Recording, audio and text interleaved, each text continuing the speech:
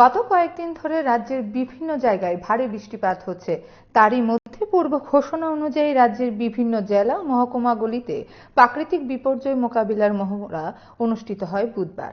করবুক মহকুমার তীর্থমুখ ও শিলাছড়িতে এদিন মহড়া হয়। সেখানে উপস্থিত ছিলেন ডিসিএম অনুরাগ দেববর্মা, সঙ্গে ছিলেন মহকুমা পুলিশ আধিকারিক সহ বিএসএফ এর 156 নম্বর বাহিনীর জওয়ানরা। কিভাবে প্রাকৃতিক বিপর্যয় থেকে মানুষকে উদ্ধার করা যায় তা মহড়ায় তুলে ধরা হয়। প্রতিক্রিয়া দিতে গিয়ে কর্মসূচির তাৎপর্য তুলে ধরে ডিসিএম অনুরাগ দেববর্মা কি বলেছেন শুনুন। দুই রকমের মকড্রিল করা হচ্ছে। একটা হলো ক্যান্সার, এটা হলো শিলাগুড়ি হাজার একটা টিম আছে, আর আগে হলো আমরা এখানে টিম মেলাটাও ফ্লাড রিলেটেড একটা মকড্রিল করা হচ্ছে, যেখানে আমরা কিছু মানুষের রেস্কিউ করছি আর দুজন ডেথ আমরা দেখাই।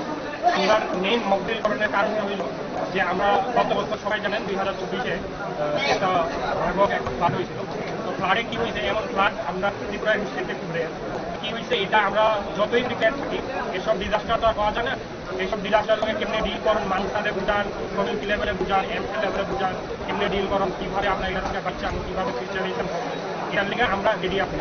তাই গত বছর যে ক্ষতিটা হয়েছে ফিউচারে যাতে এই ক্ষতিটা না হয়, এর লিগে আমরা এই মডেল করতেছি, যাতে আগামী যে কামিং ইয়ারতে আছে যাতে এমন যদি কোনো হয় বা এমন থেকেও যদি আরো ভয়ানক কিছু হয় যাতে আমরা এটলিস্ট ডিল করতে পারি।